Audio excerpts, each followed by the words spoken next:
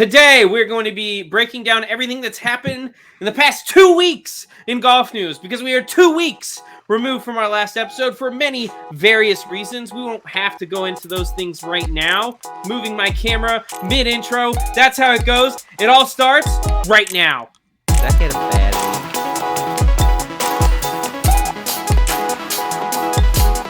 Hello and welcome back to Beerly Out of Bounds. It's the Beerly podcast that I switched the logo in the upper corner because I forgot to do that before the show started. But it's the Beerly podcast where we talk about golf. And it is not Beerly football, but if you like football, you can check that out anytime. It's on the YouTube, Beerly Sports. So, Zane, how have we been for 2 weeks? How have you been doing, buddy? I've been great. I've been wondering, what's been happening to my brother in Georgia. I've been slowly perishing the longest death anyone has ever experienced. You know those people that, they throw in a ditch, throw a giant board of wood over them, and then throw rocks on top of them? Nothing compared to what I've had to go through in the past 2 weeks, including tonight. There's been a lot of stuff going on behind the scenes that you guys don't know about. It is wild. Zach doesn't know how to open a bottle of beer. Zach doesn't know how to open a bottle of beer, so there's that. First off, I know exactly how to open a bottle of beer, and I did it correctly. Yeah, okay. I'm not going to call anyone out, but there's a certain person in our family that brews beer that doesn't know how to bottle a beer. Oh, wow. That's going to hurt her feelings. That's going to hurt her feelings. I will say, though, it tasted good. It did taste good. Yeah. Just maybe chill with the carbonation a little bit. It carbonates itself, buddy. So you just chill with it. That's all I'm going to say. Just chill with it. Less so sugar. Anyway, but no, I've been good. Yeah, just excited. It's a bad week to miss because there's a ton of stuff the last 2 weeks that have happened in the golf world that I think we're going to address today. Ton of stuff we've kind of gone over that fits in with what's going on right now, and in golf. And I think we're gonna, call out some people tonight. But more importantly, we're gonna just, share with everybody what's been going on, just in case they don't know, because there is stuff going on behind the scenes that maybe if you're on Twitter and you follow deep into Twitterverse, you might know, or the Xverse, you might know. But if you're not part of that world, it's hard to know. But it is interesting stuff. It's not stupid, mundane stuff. It's actually pretty interesting, and it has absolutely large ramifications for down the road. So yeah. I'm excited. You? I'm excited for this episode, Zane. I've been looking forward to it for 2 weeks, and this should be a good one. Should be a good one. All right, Coach. Where are we starting? We starting with the golf awards. Let's start with the golf awards. The World Golf Awards. So, Zach, they had the World Golf Awards. What was it, last week, 2 weeks ago? Something like that. Yeah, something like that. It happened between last episode and this episode. And it was pretty interesting. We had a few surprise winners this year that really kind of blew everybody's minds. One of them in particular was the best golf course designer of 2023, and that was Greg Norman. Now, if you remember, Greg Norman, golf course designer of the year, 2023. If you remember, Greg Norman is the CEO currently still of the LIV Golf League, or the LIV Golf Tour. And he won it over the likes of Jack Nicklaus, what were the other ones? Tiger Woods. Trying to think of the other ones. But he won it over all those other guys, and took home Golfer of the Year. Not Golfer of the Year, the Golf Course Designer of the Year award.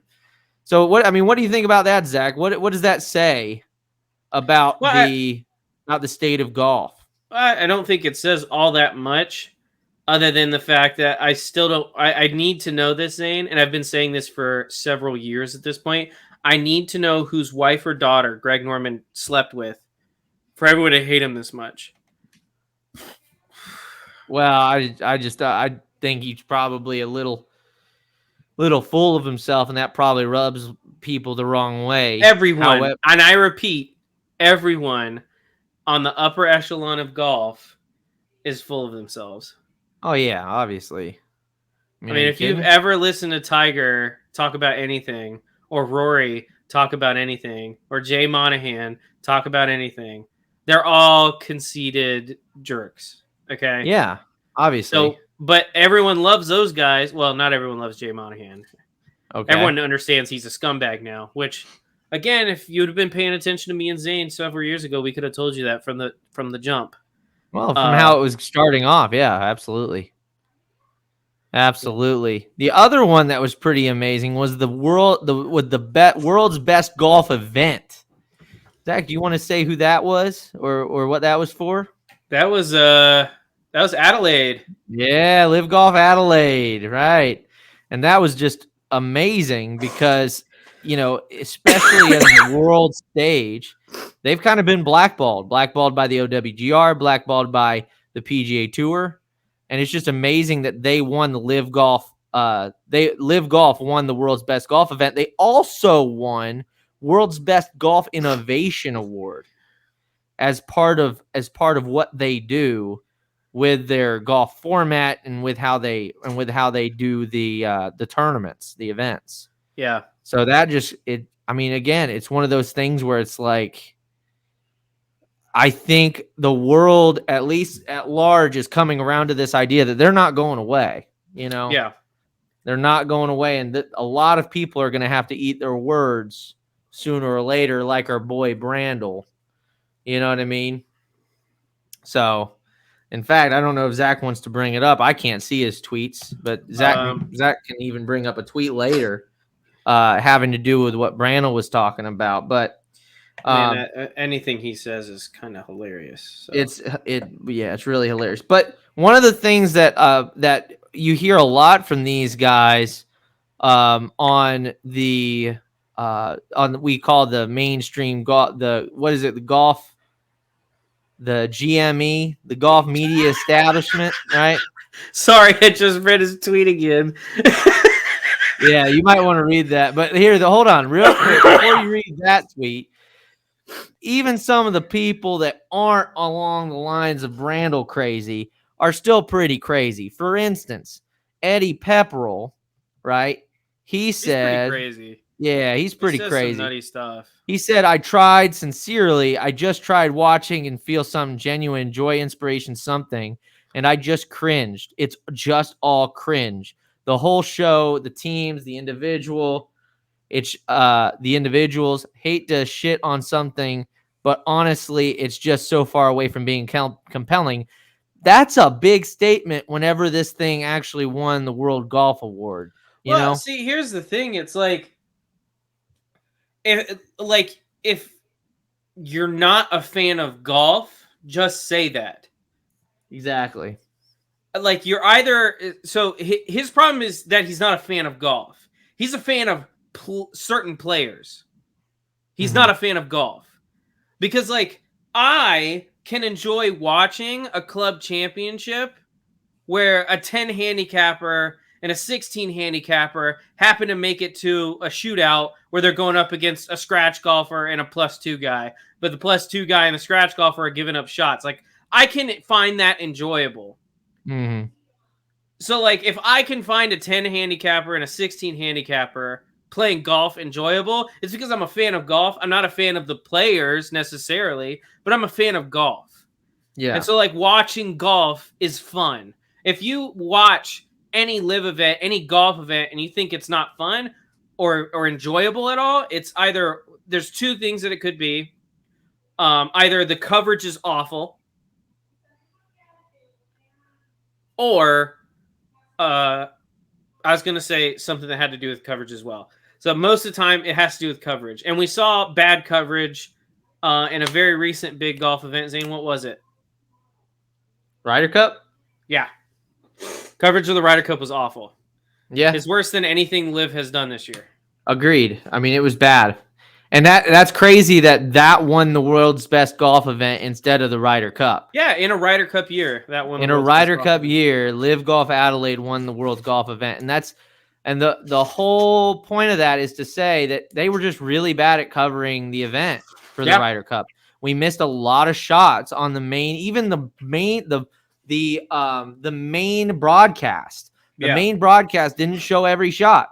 There's only a certain amount of balls in play. How do you not show every shot? And the whole point of Live Golf, and this is what's so cool about it, is it's one of its slogans is literally "Don't blink," meaning you're going to see shot after shot after shot after shot after shot all the way until they finish the 54 until they finish the 18-hole round. Yeah, you're going to see shot after shot. There's going to be virtually no there are going to be commercial breaks, but there's virtually no downtime. But there's virtually no downtime. I don't have to listen to Joe Schmo trying to explain to me what was going on in so-and-so's swing who doesn't have a clue and never talked to their coach before. Yeah. Like a certain Shandell Bramley. You know what I'm saying? So, like, I just don't get I don't get these people that are saying it's not compelling. First off, it's also compelling because this new relegation thing is freaking awesome. I mean, that is so cool that they're going to get relegated down to the Asian Tour, now called it's going to be called, what is it? The Live Tour or something like that. Yeah. Anyway, so they're getting relegated down to that tour, have to play for spots in the Live Golf League, right? And then you play in the Live Golf League is like the premier upper echelon of the thing. Yeah. And that is fantastic. Absolutely. I mean, that is so cool. And then what they're going to try and do, at least from what I've heard, is they're going to try and do that draft event thing every single year. Yeah. So that those new people coming in, they don't just go to the team that they want. They're going to go to the team that drafts them. That's fantastic. Yep. And whoever thought that was a bad idea, whoever thinks that's a bad idea is effing insane, dude. Well, and here's the thing. The relegation system is one of the things that the OWGR said made Live Golf like, that's why it doesn't work, is because of the relegation system. It's not this 54 holes. It's the relegation system. Which is stupid because that wasn't their first justification. By the way, that wasn't their first justification. Their first justification was there is no way, like you have these captive people, there's no way they compete with outside people. Like it's always it's always the same set amount of people, and it's always the same people in every event. Uh-huh. And it's only 54 holes. That was their whole argument. And now they're saying like, oh, it's not the 54 hole thing. It's the relegation. It's the relegation system, even though that was one of the arguments as to why they wouldn't establish a ranking with them. Yeah. But then you have the PGA Tour. What is the top 125 if not a relegation system? That's exactly right. It's all a relegation system. You lose your card. You're not on the tour. That's relegated. You're relegated to the lower tour. There are exemptions to being relegated, but it's a relegation system. Exactly. It's mind-boggling how they get away with this crap in broad daylight. And then not only that, like a week after that announcement that OWGR is not, it's like putting its foot down. It's not gonna do rankings for Live. After that, the PGA Tour turns around and says, "Oh yeah, now the European Tour, that's a play-in tour." Yeah. It's like, okay, then it is. It's a relegation system. It's the same thing but bigger. Yep. Well, because what you were making the DP World Tour thing right there. Yeah. Were you saying about the DP World Tour? You kind of cut out there. Yeah. Yeah. So the whole thing is, and this is why you get these updates from like Nuclear Golf, and Nuclear Golf has been, again, they're not Live Golf shills. They are not Live Golf shills. They even said this thing where, and it's from Phil Mickelson, so take it with a grain of salt. But he said the reality is, I've been fielding calls, as we all have, from the players that are free agents to PGA Tour players to DP World Tour players that want to come over. You know, the spot's probably going to be filled by the time the qualifying tournament is here. Yeah. And it's just like, I guarantee you that's true. Yeah. I guarantee you that's facts, because people are looking at it and going, wait a second. You're saying like it's a little bit more secure, like nobody's like, I get more money to play a little bit more securely and not have to get dropped down to DP World Tour, go over to the European Tour, or go over to or play the Corn Ferry Tour. You know what I mean? Like I can just play on this. And the Asian Tour, by the way, they're expanding it to where it's not just in Asia. Yeah. They're going to have it just like LIV Golf. It's going to be all over the world. Yep. And that's dope. That's awesome. Like, I love that. I love the innovation that they're doing. And again, yes, it's PIF. Yes, it's Saudi-backed funded. But you have to understand, all these people, and I know I've said it before, I'll say it again. The reason Saudi's doing this is not a play on washing their public image. That is not why they're doing it. I don't care what anybody says. What they're doing, and it was actually, by the way, Brandel let the cat out of the bag, and Eamon Lynch let the cat out of the bag on the Golf Channel whenever they finally opened up about why Saudi's doing it. Saudi's doing it because they're almost entirely oil funded, right? Yeah. In a future 100 years down the road, right? Whenever we, they say we run out of oil, probably never going to run out of oil totally, but whenever we're moving toward nuclear and all these other alternate energy sources, we don't need places like Saudi Arabia for that thing. So what they're trying to do is they're trying to diversify their market. They're trying to get in on the market share for these other entertainment revenue streams, so that they're able to still make money years down the road.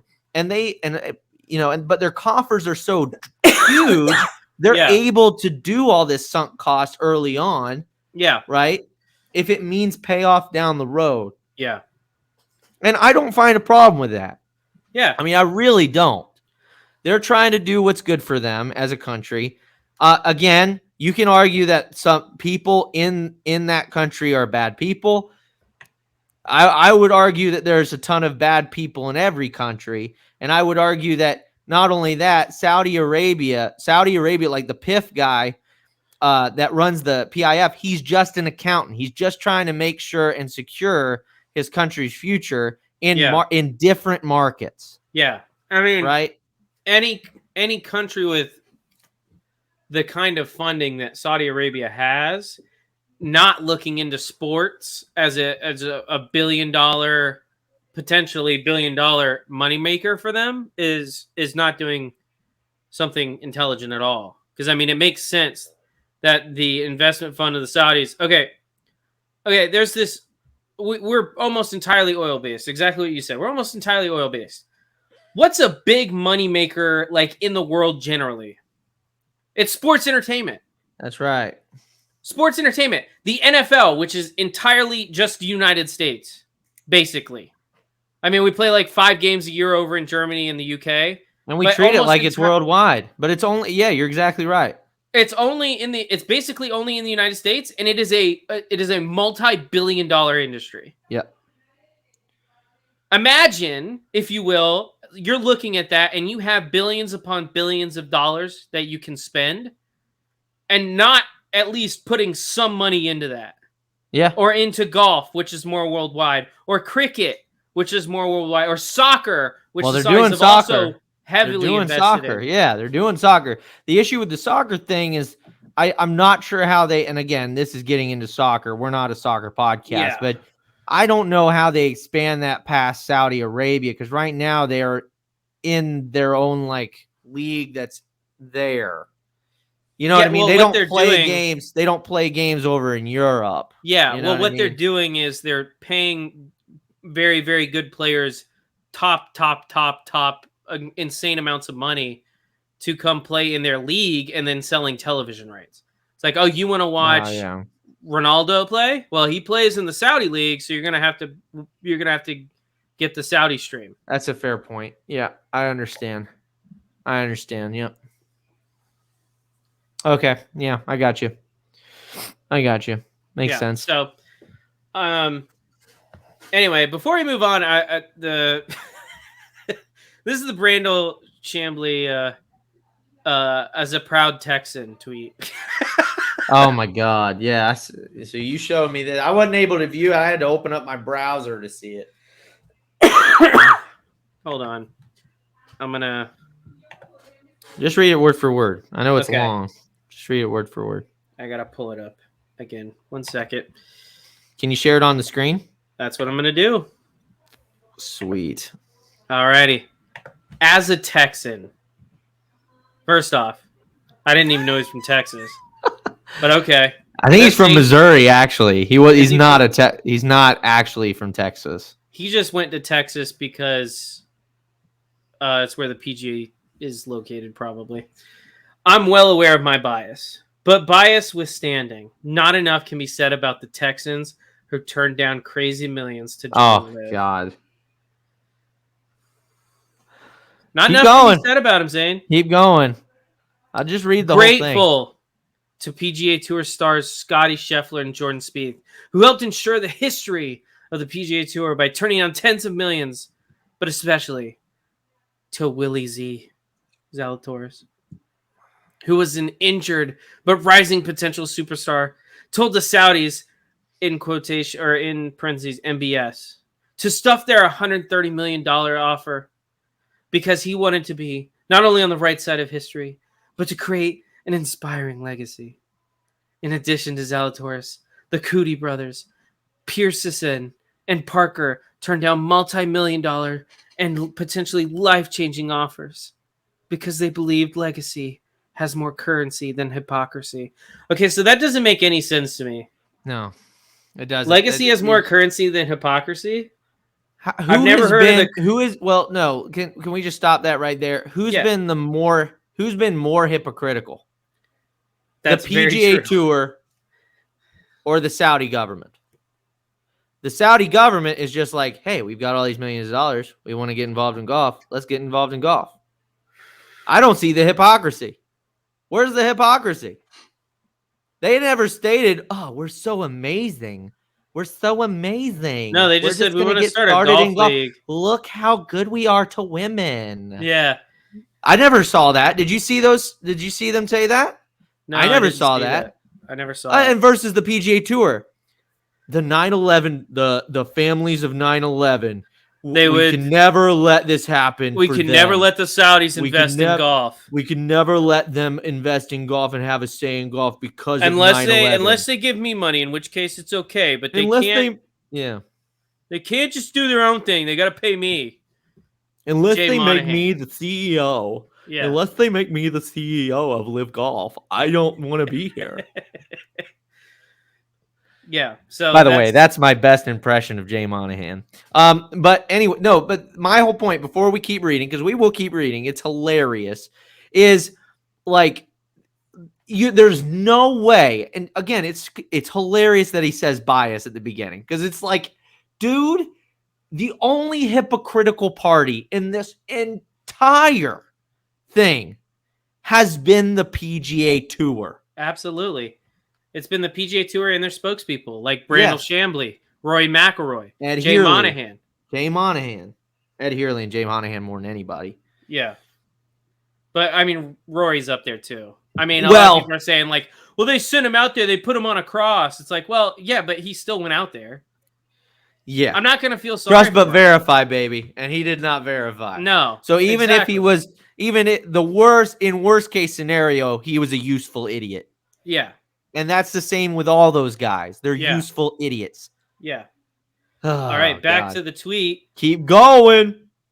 The Saudis, MBS, want to use golf to launder their reputation, but perhaps as much or more to use golf as a crutch to diversify their economy that is almost solely based upon petroleum, but largely hindered by their subjugation, and some would argue their enslavement of women, which truncates their intellectual and entrepreneurial development. It's almost like he's saying the quiet part out loud. Well, here's the thing. It's like, do you think, and this is an honest thing, do you think that golf and golfers from the entire world, which is more liberal in the sense of like natural rights and that kind of thing, do you think introducing those people to the Saudis is going to make them more or less liberal? I'm not sure what you mean. Say that one more time. Do you think that introducing a product which introduces personalities like Phil Mickelson, like Dustin Johnson, Brooks Koepka, do you think that has the potential to make them more or less liberal? I don't like that argument just because that's the same argument we used whenever we opened up to China. I don't think it worked. But I don't think it's better or worse, if that's what you're asking. I don't think it hurts us one way or the other. Okay.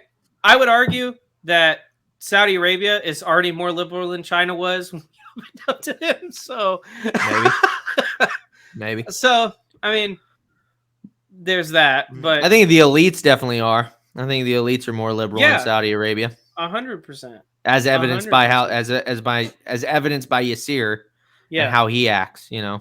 Yeah. You know, I don't ever see him praying 5 times a day. But first off, though, the thing that made me nothing wrong with praying 5 times a day. Yeah, the thing that made me laugh most about that whole paragraph was the whole like, oh gosh, the like moral grandstanding about like the subjugation of women and stuff. It's like, oh, it's baloney because they play in Qatar. They play in the like, UAE. What's the DP and DP World Tour stand for? Just out of curiosity, what's the DP and DP World Tour stand for? Isn't it Dubai Petroleum? Isn't that what it is? Yeah, it is. Yeah. Oh, now wait, hold on. I don't want to get fact check on this. DP World Tour. What does DP stand for? Why don't you just look it up? I'm looking it up. Come on. Right here, dude. Dubai Port. It's a logistics company, which still uses a lot of fossil fuels. They do end-to-end. They do end-to-end supply chain and logistics solutions. So it's not petroleum, but they use a lot of it. And they're based out of Dubai, which, I mean, subjugation of women. Well, they actually do subjugation of people. So, not just women. You know anyway, they want to, so let's continue. They want to use golf as a vehicle for economic expansion to obviate the necessity of modernizing their archaic and medieval views about women. Again, so with the women. Hold it. That man definitely used a effing dictionary for that whole paragraph. For that sentence. There is no way he came up with that on the spot. To obviate. Just want to say, no one uses the word obviate. Let's just read that again. I'm pretty sure there's like 4-syllable words back to back. They want to use golf as a vehicle for economic expansion to obviate the necessity of modernizing their archaic and medieval views. It's like, dude, you could have said the same thing in 5 words. You know what I mean? Well, the funny thing is, he already said this in literally the paragraph before. Yes. He says their subjugation and some would argue enslavement of women. Oh, no, you're exactly right. Truncates their intellectual and entrepreneurial development. And then he says their views of women, which obviously hinder their economic expansion, or archaic and medieval views about women. You're exactly right. He said the same thing. It's the same thing. It's like he used AI. Yeah, like ChatGPT wrote this. He used ChatGPT. This man over here is like, he's got the full grind on, baby. Dang, okay. Mad props to Brandel Chambly, boy, using the chat bot. You know what I'm saying? Using the chat bot. If we allow golf to be bought out by the Saudis, MBS. I don't know why he has to put that after every single one. It's like it's just Saudi, baby. It's because just say Saudi. Just say Saudi. I actually think you know what? I'm taking the bait. This is 100% Chat GPT, and he inserted like 40,000 Brandel Chambly tweets, and the AI came up with, okay, after every time he says Saudi Arabia, he puts it wouldn't do that behind it, because I mean it is literally after every mention of the Saudis. I use a chat bot a lot for like just descriptions on classes I don't want to write, and it doesn't come up. It doesn't do that kind of stuff. So I doubt it. I just think he has verbal diarrhea. I just think he says something, doesn't think about it, and then says the exact same thing right after. Golf is facing an existential threat that has far more implications than even the game of golf. Yeah. Okay, grandstanding, dude. Okay. I just can't. I can't even with this guy.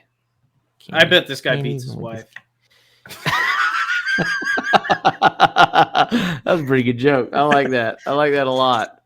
So he's anyway, way too heavy-handed with the now we're protect women stuff. Now we're kind of getting into the next thing. You want to go ahead into the next thing? Yeah, let's go ahead. All right. So the OWGR came out with their revision on how they rank and how they do rankings, and they said that they were not going to be adding LIV Golf into the world ranking system because of their 54 because of their relegation and because of the fact that they do the 54 holes thing. So, and then also besides that, you have the President's Cup that came out, and they said, here, I've got it right here. They said, so international captain Mike Weir is going to have 6 picks versus the usual 4. I wonder why.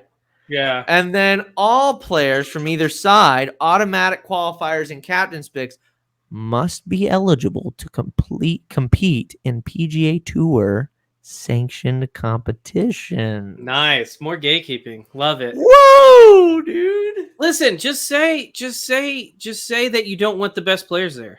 At that point, just say it. Just say it's not about the best players in the world playing against each other. It's about our favorite playing against each other. Like, just say it. Right. You don't have to make it you're making it obvious enough. Just say it. Why don't they you might as well just throw names in there at that point. Yeah, just say Abraham Answer will not be on this team. Or Joaquin Neiman or any of those other guys. Who's that guy that almost won the PGA a couple years ago? Oh, he's on there. I know who you're talking about. Crap.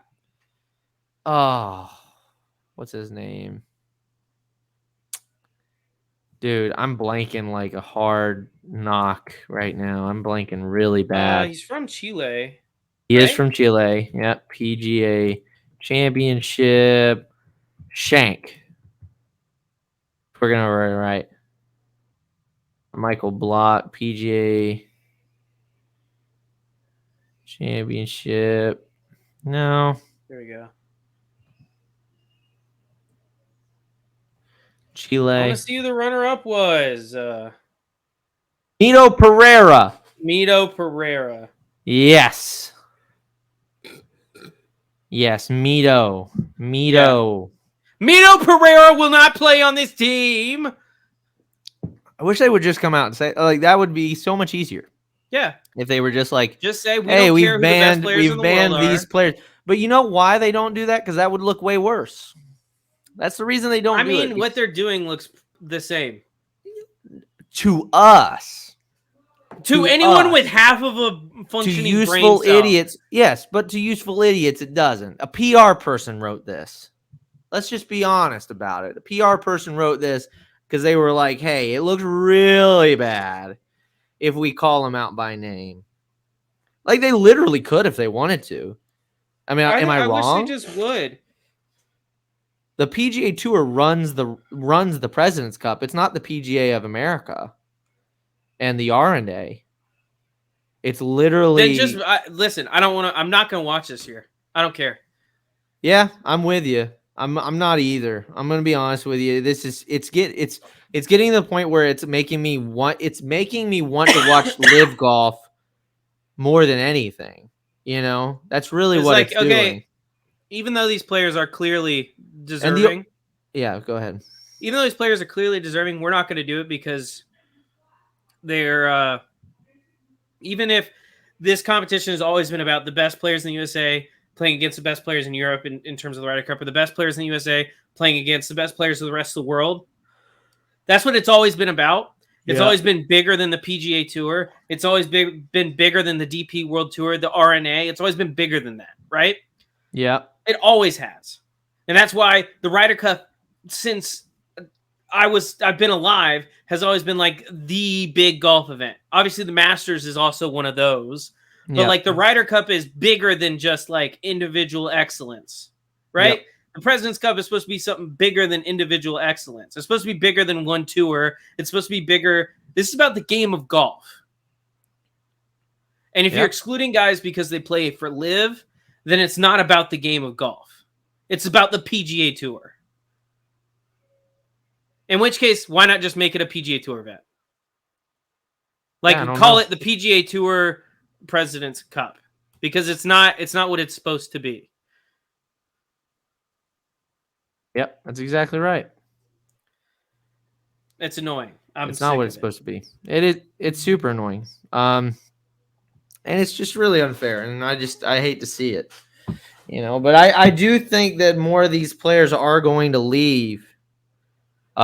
With the way it's looking, they're making it much more friendly on PGA. And they kind of, you know what? I'm starting to think it was super genius what LIV Golf did, right? LIV Golf said, okay, we're going to try and buy out these players at an exorbitant amount of money, right? Some of the players ate it, some of the players didn't. But the players that ate it, they took it. Then the PGA Tour is about to bleed more players. More players are looking at the money going, oh, my God, look how much money they have. I can go over there and play. And then a lot of players are looking at what the PGA Tour did to them and straight up lied to them. Yeah, well, no, I'm not even there yet. But then the PGA Tour goes, hey, by the way, you know how it gives them security over there? It gives them security to play for all this money without having to do anything. Mm-hmm. PGA Tour goes, we need more security. How do we do that? We're going to make elevated events to where the top 60 in the world are never going to have to be relegated ever again, basically. Mm-hmm. And then people are like, okay, we'll stay here. And then what happens is all these new players coming up, all these new players are like, wait a second. This makes it harder for me to try and get into those events. Mm-hmm. And LIV Golf goes, well, we're buying an Asian tour over here, and we're going to add relegation. So now you got to play well to make all this loot. Yeah. I'm just telling you, I think honestly, PGA Tour fell right into the trap of the LIV Golf League. Yeah, absolutely. Fell right into the trap, and that's because they're greedy bastards. By the way, we haven't talked about this in a little bit. I don't know when it's supposed to happen, but I know it's happening, I believe, early next year, is the Simulator Golf League. Oh, God.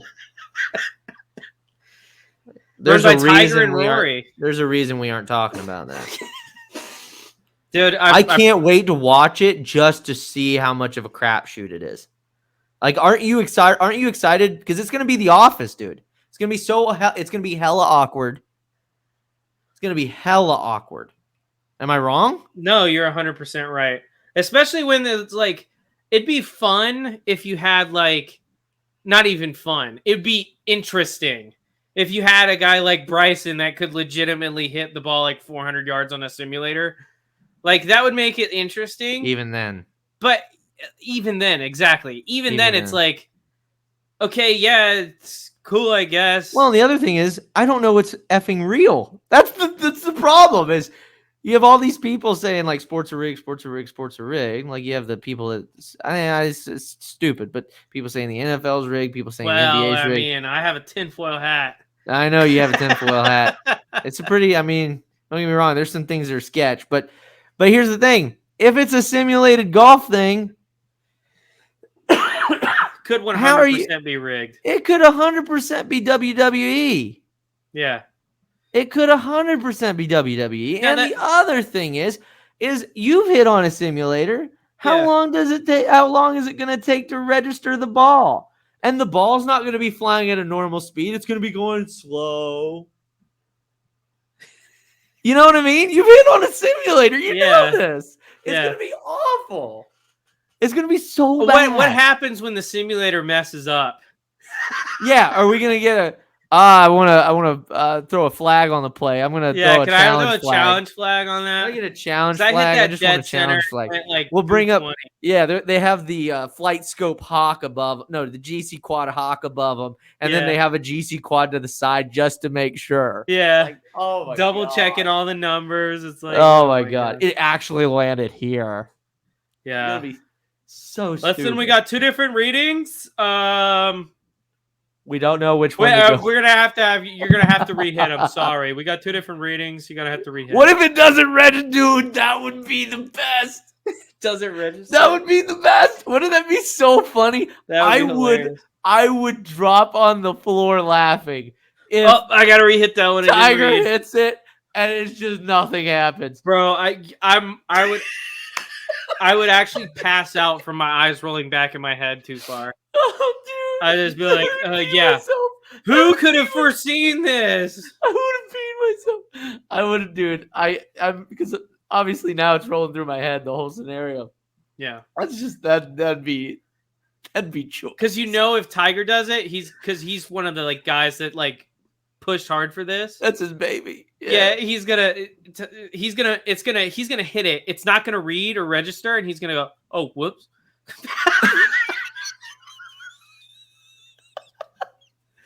The worst part is they're gonna have a, it'd be kind of one thing if you did it without a live audience, but they're gonna have a live audience. God.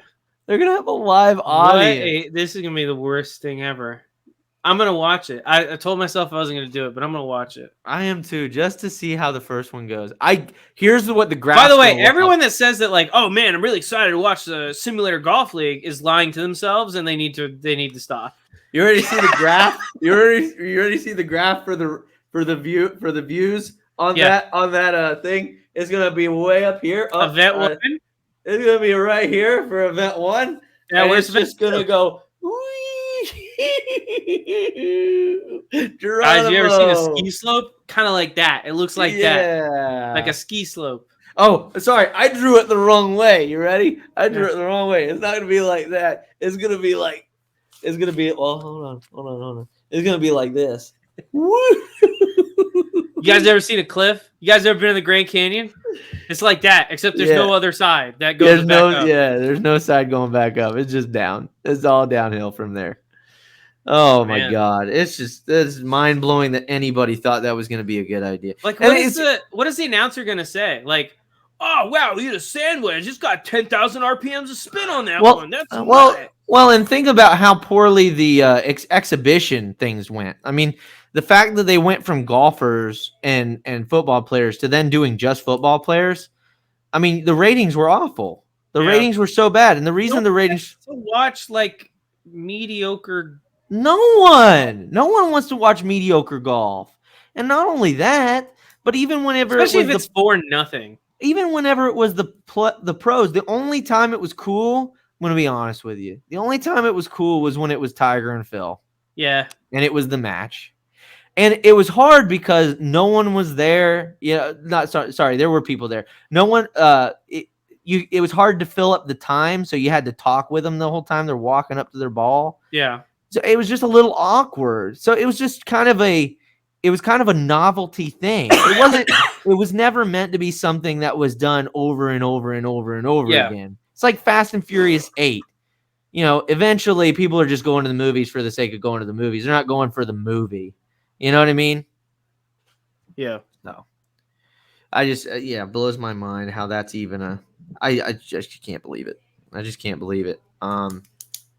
What other LIV golf news do we have? We had all those LIV golfers saying that, the OWGR should not be ever taken into consideration. Bryson, with his statements, I think he's accurate. And it's crazy how he's become the voice of reason, but he said that there should be carve-outs. There should be carve-outs in major championships for like the top 3 or top 4 LIV golf players. Or no, he said 12. I think he said 12. The top 12 in the LIV. So unreasonable. It's not unreasonable. There are a ton of talented players on the LIV Golf League. Tons. You know?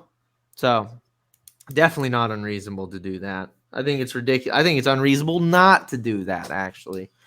But even if you did 5, I'm sure those 5 guys would be really grateful for at least a shot at playing in majors. Yeah. And you could do LIV Golf rankings. Like, you could just do LIV Golf rankings. Hey, it's top 5 or in. Boom. Yeah. Gucci, you know? Like, yeah. And they're in. Blows my mind. That's about it. Crushers win the team championship. The team LIV Golf Championship. Got to see that last putt by Bryson. That was Taylor pretty. Gooch is the individual points leader for the year and is ranked 201 in the world. So that's cool. Yeah. That's brilliant. Yeah. He hasn't been playing well. He's the 201st best player in the world for sure. Yeah, for sure. Good job, OWGR. That makes perfect sense. Yeah.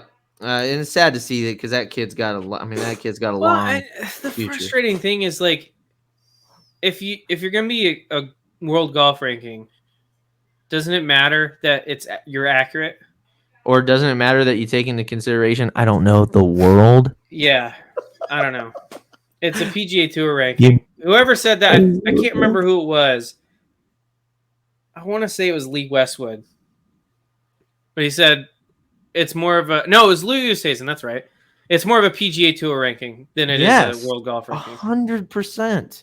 Because we saw this. So even on the champion, even on the the Barracuda or the Fortinet Championship, whenever most of the players are over at the DP World Tour playing in like the Spanish Open or whatever, the Spanish Open is getting less points than the freaking Fortinet.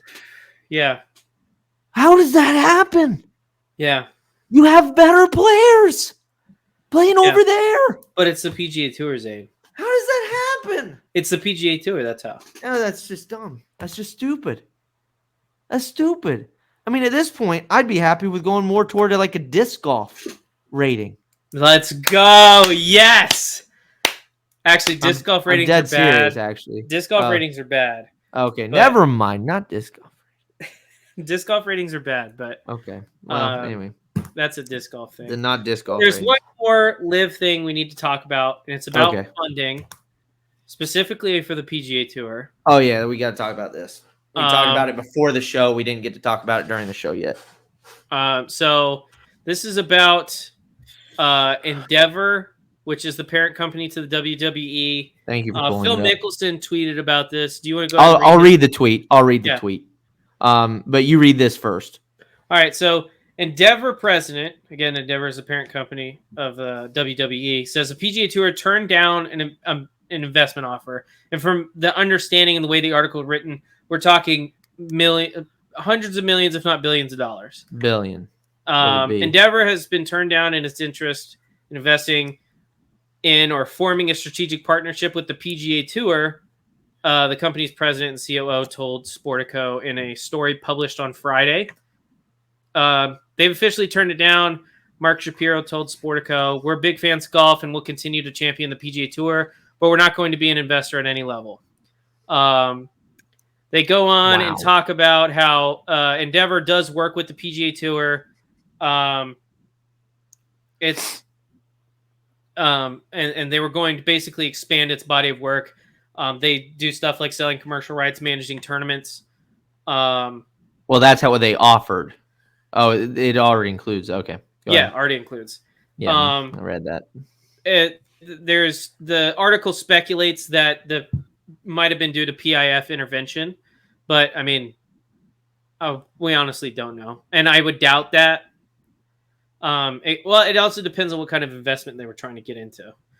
Were they looking for equity? Yeah, that's because if they're looking for equity and PIF is also looking for equity, the PGA Tour doesn't want to give up too much equity because they're too busy robbing all of their players of all their merchandising rights and television rights. So 100%. Endeavor CEO Ari Emanuel said earlier this year that the company nearly invested $1 billion into LIV Golf, funded and controlled by the Saudis and PIF Governor Yasir Al Ramayan, before pulling out at the request of PGA Tour Commissioner Jay Monahan, who Emmanuel said is a friend, according to Golf Week. So that doesn't mean anything. It does, actually, Zane.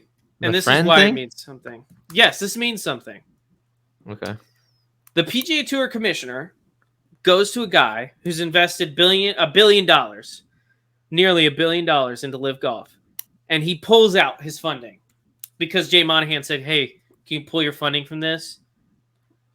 And then rejects his potential investment into his own tour. Oh, yeah. After taking money from the Saudis. Yep. That's why it matters. Yep.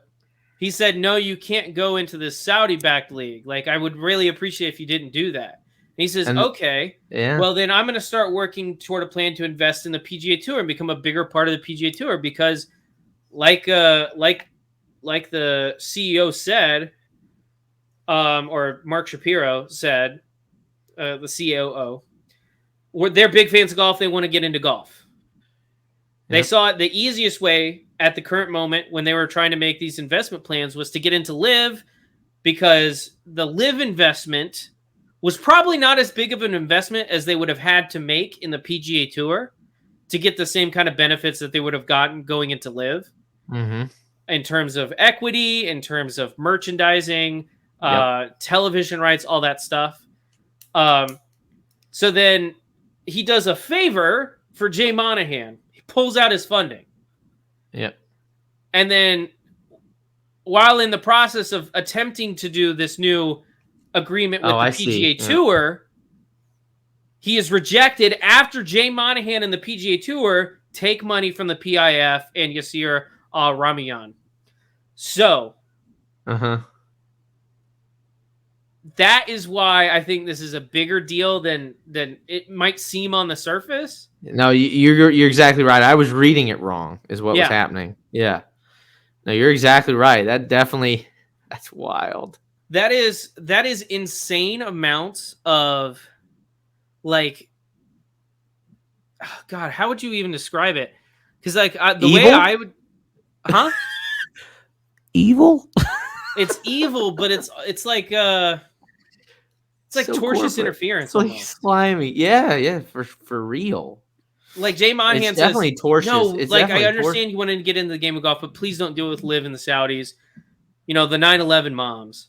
And that's definitely anti-competitive behavior, by the way. Ain't 100% about that. 100%. You got a guy going in and wanting to do it something, and then you undermine him, and then whenever it's chance for him to do it with you, then you take money from his competitor. Yeah. Yep. After saying that he can't go into business with his competitor. Yep.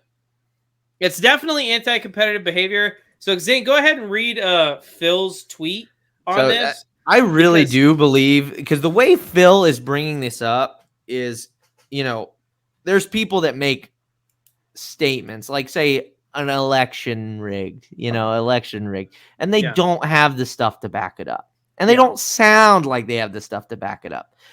This sounds like Phil Mickelson has the stuff to back it up. So this is what he says. He says, for clarity, we should probably share this, shouldn't we? Hold on just a moment. Hold on. Are you sharing it? Yeah, share screen. Yes. This one. Thank you. Share. Is it working? There we go. All right. So this is what he's saying. For clarity's sake, Endeavor didn't try to invest 2 years ago. Silver Lake, which is a different company, did. Ari and Endeavor were to run 8 elevated events, and the players and Silver Lake would own the new elevated events 50-50 in a separate entity. So it's more players owning equity in what they're doing, which is what every player wants. Yeah. October 30th, 2021, Ed Hurley, Slimeball, said the tour would take a hostile view and shut this down if it's not 100% owned by the PGA Tour. Then, in February of 2022, Silver Lake went back to Jay Monahan and said the league was going to happen, and these new elevated events could prevent players from leaving. And Jay said, quote, "The players won't go. They know what we will do to them. End quote. That's evil stuff. So right we there, by won't the be way. doing this. Silver Lake went back to Jay again in May of 2022 and said the same and had the same conversation. Jay and Ed had 3 opportunities to have elevated events that would be fully funded and could prevent division, but their need for control of everything and obnoxious greed blinded their judgment. Let's get the facts straight. All of this is in discovery of the civil case if it can be obtained. If not, I have it too. Damn. You know what I'm saying? Like, He's like, by the way, if anyone wants to try and discredit me on any of this, I have the receipts. That's exactly. I have the receipts. He's like, you can't say picture didn't happen. Me for an innocent man. I will burn this to the ground. That's exactly right.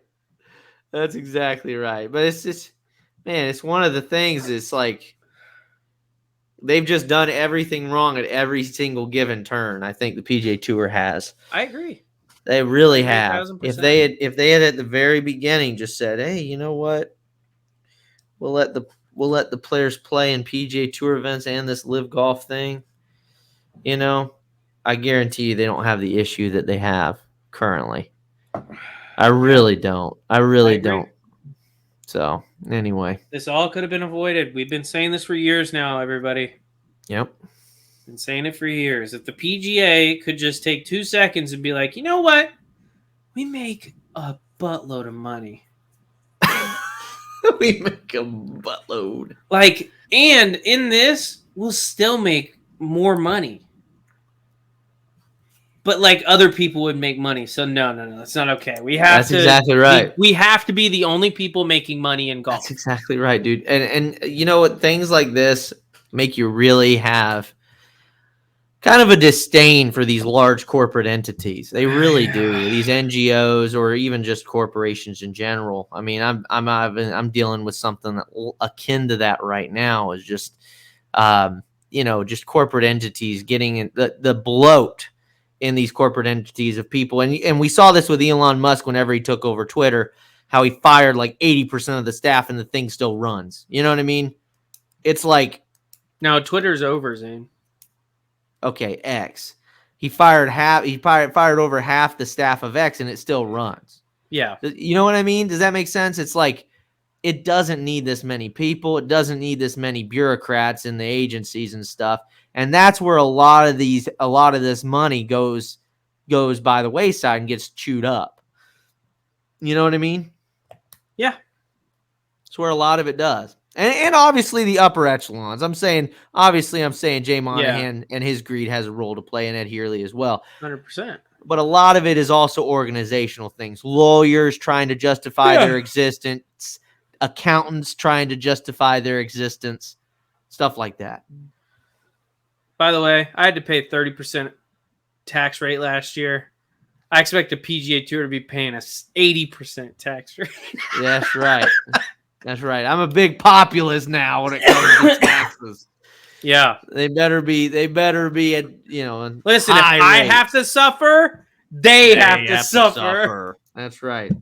So real quick, before we get into the last thing, the coach's minute, we're just going to say quickly, the Hero Challenge is a pretty interesting thing going on there. So there is supposedly going to be a wild animal prowling the links at the Hero. I heard it's a lame animal though. It does have quite a limp. It's got a bad leg. Not a bad limp, So, but there is rumors that there is one spot open left for the Hero Challenge, and that one spot is being held for yours truly, Tiger Woods. You know what I'm saying? I don't know why I said yours truly, but because he is yours truly. He is all of yours truly. He is all of ours truly collectively. Tiger Woods. Yeah. It's like, whoa. Yeah. Zane's having a special time over there. Maybe time to put down one of the beers, buddy. It's sad. That was bad. That was really bad. We got to cut that out. Just kidding. There are no cuts. Never.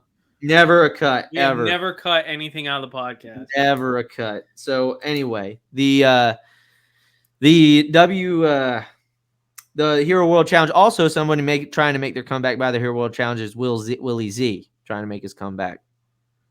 To the Hero The World Texan Challenge. who's against the oppression of women. Who told MBS to shove it? Yeah.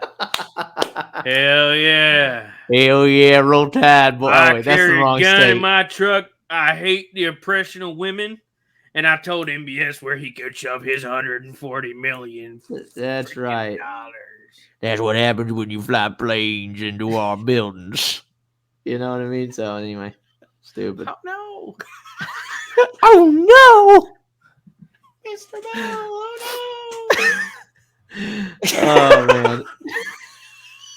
All right. Okay. The Hero World Challenge. Tiger's going to be there. It's going to be Willie Z. Zane, are you excited? Does this event intrigue you, Zane? The Hero World Challenge? Yeah. Yeah, I mean, I'm gonna watch it, but Okay. I'm gonna watch it. Yeah, LIV the golf season's over, so it's like, yeah, I'm gonna watch the Hero World Challenge. All right. Real quick, last thing. Ask me if I'm intrigued. Are you intrigued? See, I'm very intrigued. That was highly questionable. Watch the Tiger Woods. That impression was highly questionable. We're going to watch the Tiger Woods and the William Zalatoris. Now you just turned into Mario It's a the Mamma plumber Mia. They're Italian, right? No, Dan Levitard's not Italian. No, Lebitard. That sounds Italian. No. Yeah. Yeah, okay. Like Bettinardi, Lebitardi. No. Just stop. Just stop now while you're ahead. So anyway, Lou Stagner, we're getting into our coach's minute. Lou Stagner, Golf Pro. Let me share this again. Let's share this again. I love this thing, by the way.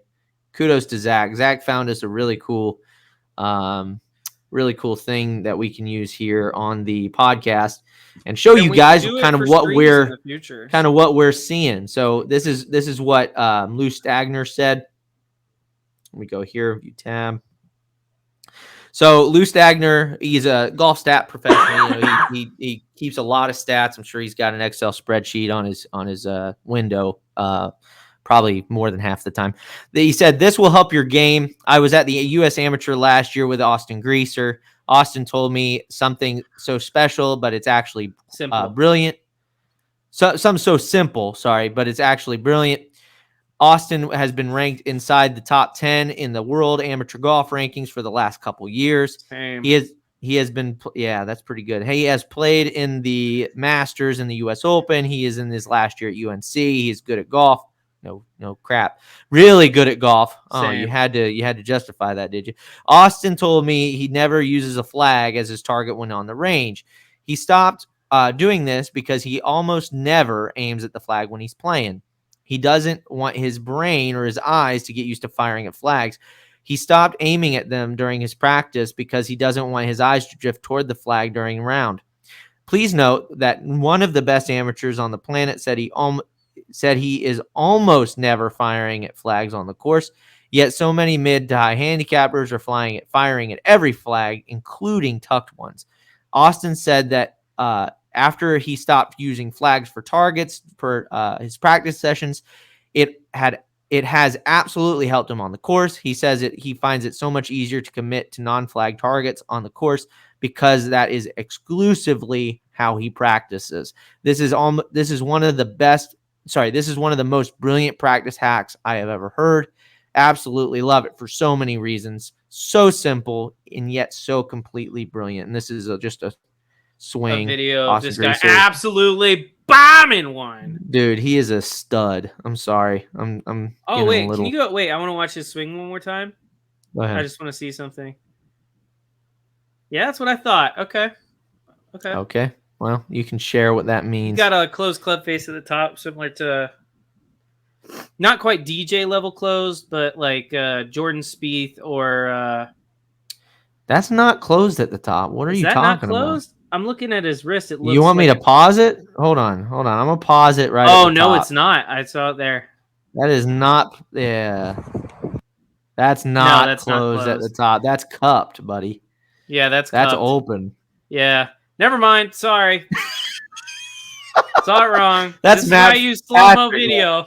This is why I use slow-mo video when I'm reviewing. That was pretty impressive that I was exploded. able to stop that. That's not even on slow-mo. I was able to stop that. All right. Yeah. Anyway. I was thinking of Jordan Spieth and Victor Hovland both have closed club face at the top. They do, yeah. DJ. DJ. A lot of those guys do. I less focus on DJ I've come because to find, this is extreme. Real quick before we get into actually what the coach minute is on, which is practice, I've come to find that wrists, the way the wrists work is different for everybody.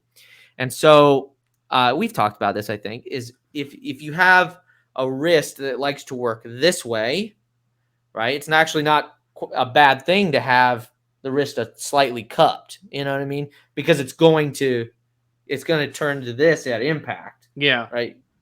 And that's going to be a good golf shot. And then vice versa. Some people, their wrist goes like this, right? It goes like this. And so they need it to be closed. They need to be bowed so that at impact, it gets back to here. I'm the latter.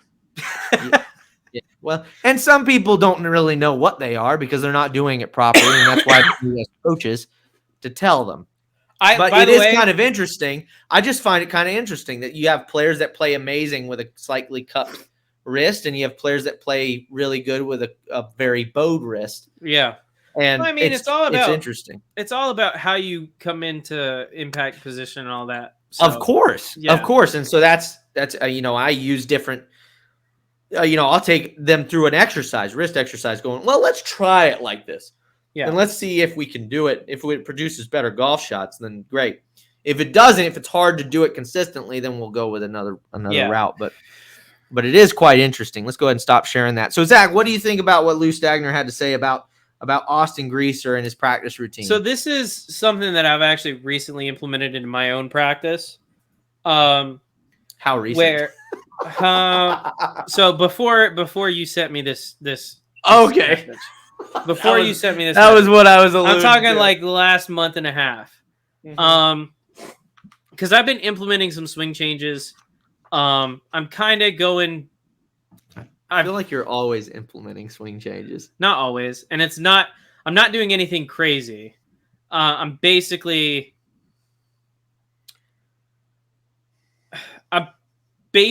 trying to do a combination of what I used to do and what I want to do. What my dream swing is, which is like Adam Scott. I don't think I'll ever get there. Okay, I just don't have like this hinge here just doesn't feel natural to me. So like this. Like back here, I know what you mean. Like straight wrist doesn't. You needed to go like this. I need to bend it a little bit. Yeah. Yeah, it needs to go like so. On the way back, roll it a little. On the way back, you go like this. Yeah. Right? You go like, hold on. Let me see if I can do it without the. There we go. You like to do this, like that. Yeah. Like this. Yeah. Yeah. Instead of just like this, which is what I do. Yeah. Yeah. So like I've tried. Oh, I remember to do this. Well, I remember we tried so hard. We worked on it a long time at Chicopee. So I've basically said, you know what, I'm doing, and I worked on this for, I'm not kidding, about a year and a half, trying to get my wrist to go this way. Yeah. And it just wasn't working. No. So I got my plane better, so I'm less high at the top like Justin Thomas. So I'm more here instead of here, but let's be honest. You were a lot closer. Whenever we looked at and analyzed your swing back in the day, you were a lot closer to a DJ position than a Justin Thomas position. Well, because I was much more like rolled wrist than I am now, and the right knee, getting straight. There were a lot of things that were a lot more. What I'm going DJ. For now is like a cross between like a Victor Hovland and a Jordan Spieth. Okay. Which they have that rolled wrist, but it's more around the body on plane than like up high like DJ or JT. Okay. With the hands. I'd have to go back and look. I don't use Jordan Spieth a lot as a model, so I wouldn't. And so the big thing I got from Jordan Spieth is less his path and more of his hip movement. He does a really good job of clearing the left hip. Okay. So I mean that's the big thing that because I used to slide real bad, Okay. and I hit those push hooks. Yeah. Yeah. So hip movement more clear in the left hip, more straight back, and then with Hovland focusing on how he is able to basically start his downswing. Okay, I get that. But so along with those swing changes, back to on topic. Along with those swing changes, what I've been working on, because it's getting there, I feel pretty good about my game right now, is I've been working on actually manipulating the ball flight to cut and draw toward pins. So instead of me aiming at a pin, I'll pick, because we have greens with bunkers on our driving range. Which, by the way, bunkers on driving ranges is the worst thing ever. I hate it. But I'll aim off the green and try and cut or draw it to the pin. But my target line isn't the pin. Gotcha. Yeah, I got you. Sorry, wife's asking for the charger. Oh, there we go. Here you go, baby. Yeah. Good. Hey, wow. Did you see that? You saw that, right? She caught that. Pains, bro. That's my wife. That's my beautiful wife. My wife. Right. But anyway, so yeah, no, I totally agree. I would just. His is a lot less about shot shaping, obviously. Yeah. What his is what the eye looks for, Yeah. And so this is the cool thing about it is he's 100% right. Your eye's going to naturally look toward a pin. So how do you get it to not do that? Because you can always go back to the default of I want to hit this at this pin. Yeah.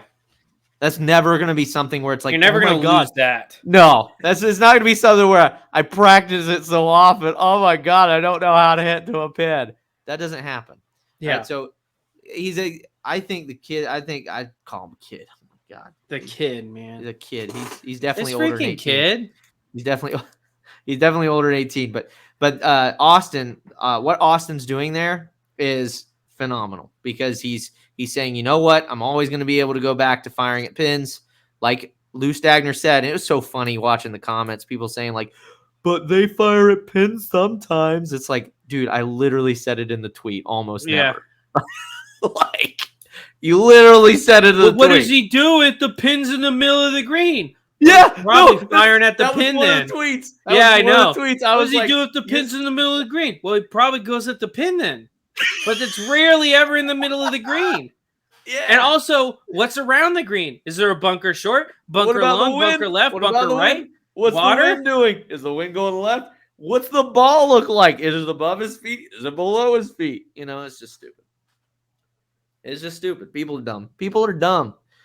People are stupid, Zach. Yeah. It's like people think that it's like, well, obviously, like this guy that's the top 10 amateur in the world has never thought about this thing before. Yeah. He's never thought about like, oh my God, what if they put the pin right in the middle? No. Yeah. My only weakness. It's just it's the people on Twitter are going to be dumb. I mean, that's just a given. But the thing is too is it's just funny. I laugh at them. I laugh at them because it's just funny. It's whatever. I'm not mad. It's just funny. The thing is, yeah, I know you are. You're mad about everything. But really? So the thing that's so cool is he's always going to go back to he's always going to be able to go back to the default of hitting it at the pin if he needs to. But the other thing, like you're saying, Lou brought attention, it draws your eyes. Yeah, of course. Lou brought this up though. Is there's a lot more that goes into picking targets than just simply like where the pin is on the green or where the trouble is. If you use the decade system, obviously that's part of it. But there's also the wind. Which way is the wind blowing? Is the wind blowing left to right, right to left? Is it in your face? Is it with you? Right? Where are you aiming then? Or keep going. No. Don't interrupt me. Keep going. Is the ball above your feet? Is the ball below your feet? Is it downhill slope? Is it uphill slope? That changes things, right? Uphill slope for me has always been a pull. It's always been more like I've always been more likely to pull it off an uphill, versus downhill. I've always been more likely to push it off a downhill. Really? Yeah. Oh, absolutely. So are you kidding? Opposite. I'm so opposite. Really? Yeah. You're joking, right? No. You tend to hit left of the target on a downhill lie? Yeah. That's nuts, dude. I can tell You you don't finish why. right? You don't finish right? The ball, I'm not talking about where the ball starts. I'm talking about where the ball finishes. Off a downhill slope? It Most of the time finishes left. left? Yeah. It curves left. Yeah. Dude. Like not ball below my feet. No, downhill. Yeah. Dude. No way. I can tell you why too. Because you played in the back of your stance? No, because typically my mistake is that slide I was talking about earlier. So on an uphill slope, to get my weight left, I tend to slide more, so I come more inside and hit this big push. Whereas on a downhill slope, I don't have to focus on shifting my weight, so I clear easier. But that also sometimes means I come over the top and I pull it. I think you need to do another test. Dude, I'm so serious. I'm not joking about that. That this. is so rare. It's such a rare thing. It really is. It might really be, but it's my game. So anyway, yeah, it's your game. But also, not only where the pin is on the green, but what's the pin slope, or like what's the slope of the green? Yeah, what's the slope of the green? Where's the ball going to finish? You're not going to aim. Yeah, absolutely. Yeah. Especially on like on our course and on your course too, you have some greens like this. I remember playing it. There's no way you want to fire it where the pin is. Like you end up off the green. Yeah. Same thing here with Jack Nicklaus design. You're not going to do that. That's stupid. Yeah. Like if you do that, you're stupid. So he's absolutely doing it. That is one of the most mature things I've ever heard about a practice routine on the range, because range is hard, because range is so mundane, hitting ball after ball after ball after ball. It's hard to keep the discipline, and the fact he's able to keep the discipline, and this is good for everybody listening. You got to keep discipline, and you got to keep your focus whenever you're out on the range, because it's so easy. Same thing as putting. So easy to just drop take three swings putts. off. Oh, take dude. swings off. Take putts off. Yep. Yep. So easy.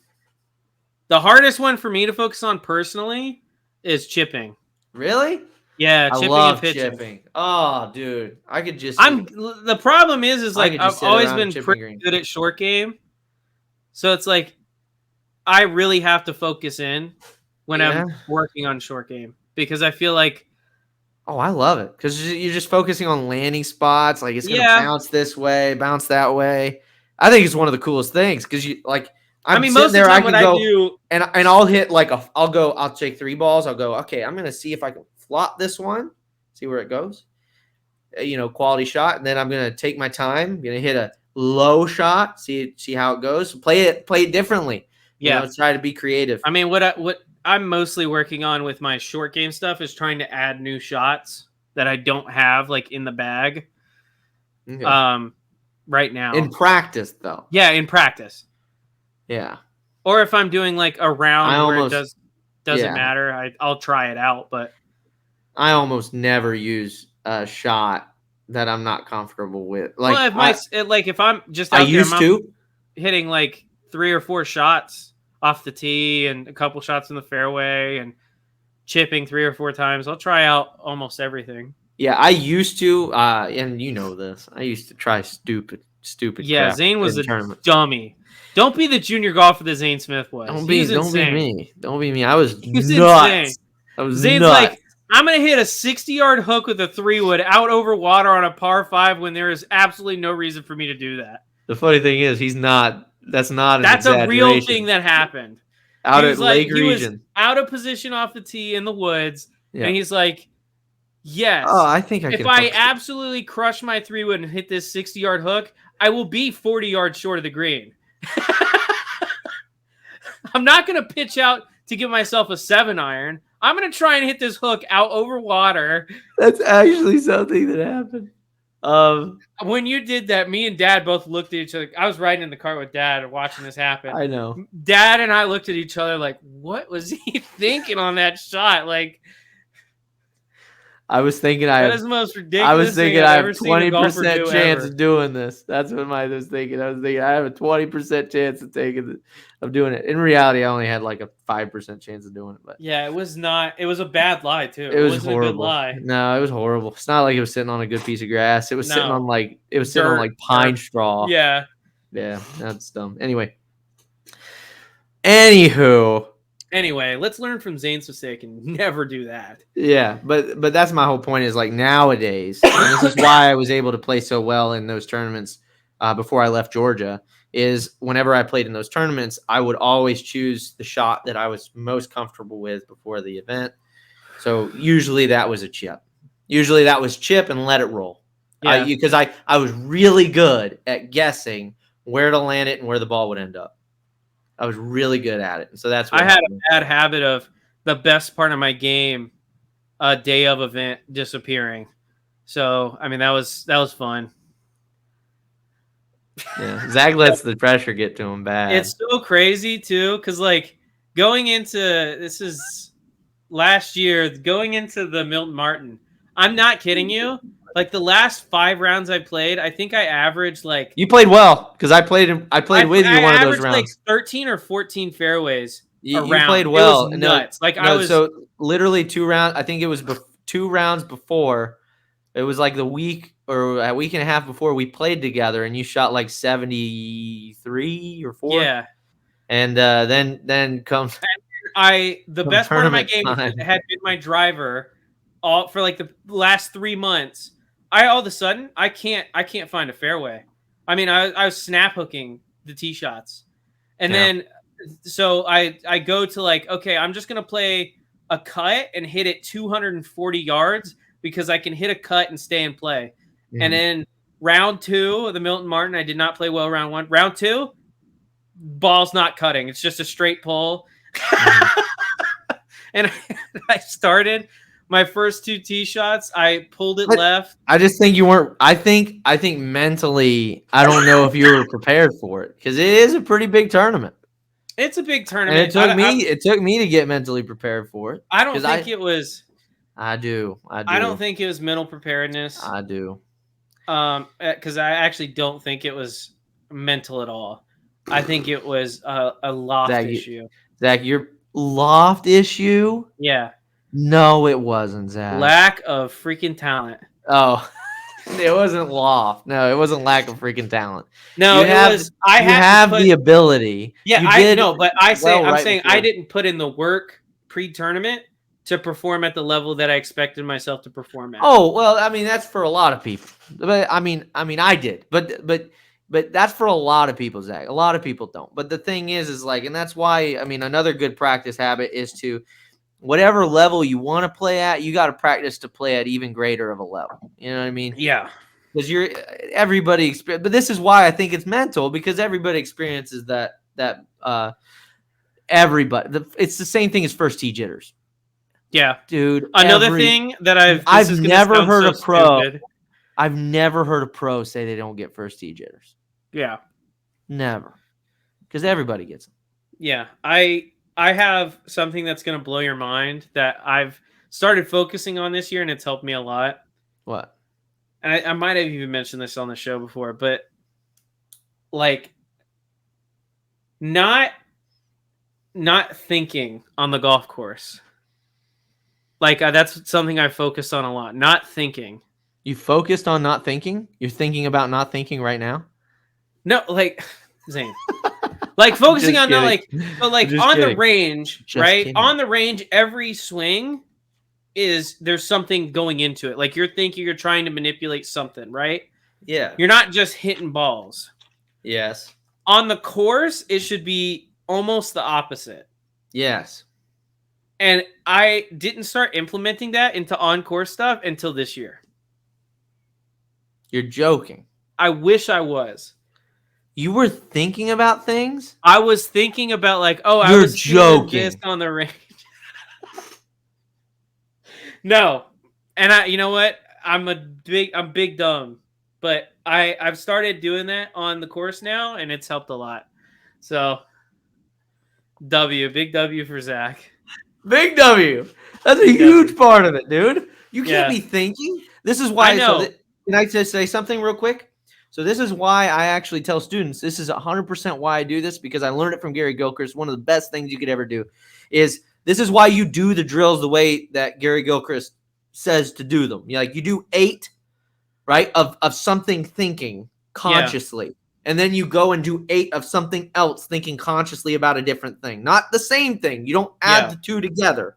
And then you do the third thing and you're thinking about something differently. And then after you do like 3 sets of those, Uh-huh. you go and you hit 7 balls at targets or 5 balls at targets, Uh-huh. and you do a whole routine and you don't think about squat. Yeah. You let what you've learned through the drills, through doing it 3 times, and again, it's going to Naturally be apply small. itself. Yes, Yeah. it's going to be small wins, Yes. but you let them naturally come into the game. Yeah.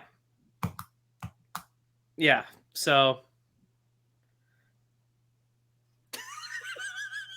I mean, I can't believe you said that. listen, I'm the number 1 brand in honesty, okay? Listen, Yeah, I love it. Hey, no, dude, I wish more people were as honest as you. Because the thing is, there's going to be a lot of professionals out there that barely pass the PAT, who have failed it multiple times, that Uh-huh. won't be as honest as you just were. Well, it's just it's because, and I think a lot of it has to do with the fact that I do a lot of coaching. Yeah. And so like I'm my own biggest critic. In my head, I'm thinking about all the 9,000 different things I do wrong with my golf swing. Yeah. Welcome to Whenever I golf. will look at a video of myself swing, even if I hit a good shot, Yeah. but the video isn't like what I would want my student to look like when they hit the ball, which is Oh, why I see, don't use I my don't. own golf swing. I I don't do never that. use my own golf swing for lessons because I'm like, Oh, I I don't don't either. want you to swing like me. Yeah, I don't I either. could shoot 64. I don't care. I don't want you to swing like me. I don't do that either. But I mean, there was a time where I was chasing like a perfect swing, but no, it's one of those things where you got to do what works. It's not about what looks good. It's about what's practical. And this was what I tell all my students: if it looks good and it's practical, that's just cherry on top. Yeah. Right. What matters most to get the cake without the cherry on top. That's the practical game. That's playing it well. Cherry on top is looking good doing it. Yeah. Yeah, that's my golf story for tonight. That's awesome. I'm sorry. No, I will say this. So that is so refreshing that you were honest enough to admit that, because I guarantee you there's a ton of people on Twitter, the amazing, negative +5 handicappers on Twitter are going to be saying that how stupid you are, and they never even thought of it either. You know what I'm saying? Yeah. So actually, I want to tell you guys what made me think about it. Okay. Was it in an the way interview? that I'm thinking about it now, and it Was wasn't like, huh? Was it an interview? No, it was playing a different sport that I'm not as good at. So like for instance, throwing a football. Yes. I don't think when I throw a football. That's exact. That I is the just best do it analogy you because could I've use. done it 1,000 times. That is the best analogy you could use. I've done it 1,000 times. I know how to throw a football. I'm not thinking, oh, my arm has to get to this. I have to get my body parallel. I have to, and then I got to step into it and drive. So, now, I used to play quarterback. You want to hear something crazy? But I wasn't thinking about that when I was playing quarterback. I was just throwing the football to the guy that was open. Yeah. You want to hear something crazy? What? You know how Frank Mantua is? So we both know Frank Mantua. He's one of my mentors, probably one of yours too now. Frank Mantua, that is exactly the reason why on Wednesday nights he brings a football out there.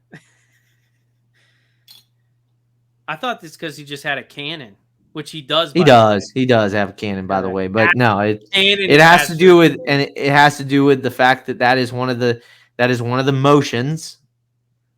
That is, if you can do it, it's one of those motions that translates very well into golf. You pivot, turn, making sure you're getting the weight transferred, and not only that, but the fact that you can get better at doing that motion will make you a better athlete. Yeah, and so, and another sport I'm not as good at, which is disc golf. I actually had to tell that to Lincoln, our friend Lincoln. He was like, I'm doing all this field work for disc golf, and I come on the course, and I'm trying to do the same thing I was doing in field work, and I feel like I'm doing the same thing, and it's just not working. And I was like, it's probably just because you're thinking about doing the same thing you're doing at field work. I was like, when you throw a foot, I use the same analogy. When you throw a football, do you think about throwing a football? Because he played college football. Yeah. Oh, did he really? Yeah. You didn't know this? No, I didn't know Lincoln. He played like D2, but he was like a linebacker. That's still cool. That's still really awesome. Yeah, I didn't play college football. Yeah. So he that's dope. So he was like, I come out here and I suck, and it's not like a confidence boost that I want. I was like, well, it's probably because you're overthinking everything. You're trying to be perfect instead of just throwing the disc. He does try to be perfect. He does. He really cares. That's understatement of the century. I hope he watches. I love Lincoln, too. But that man cares. Can you put this in the group me? I will clip this and put it in the group me. Please do. But I was telling him, awesome. I was telling him Lincoln. It's like something that I've started focusing on in every sport that I play. Whether I've been trying to do basketball more, I've been trying to play disc golf when I can, and I've been trying to get much better at golf. And something that I've been focusing when I'm actually playing is not thinking about the mechanics of what I'm doing and just doing it.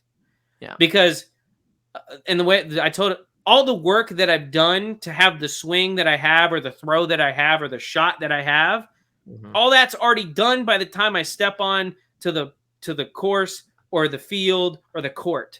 All that work's already done. Yep. I just have to think about now just doing it. Yeah. It's just about doing it now. It's just another sport. Yeah. You're just doing. And he's like, well, if I didn't feel natural, I said, you just have to feel do what feels natural. And he said, well, it didn't feel natural yesterday when I was doing it in the field. And I was like, that's okay. It's going to be small changes. Yeah. Like you said earlier, it's not going to be like a next day thing where it's like, all of a sudden it's going to click.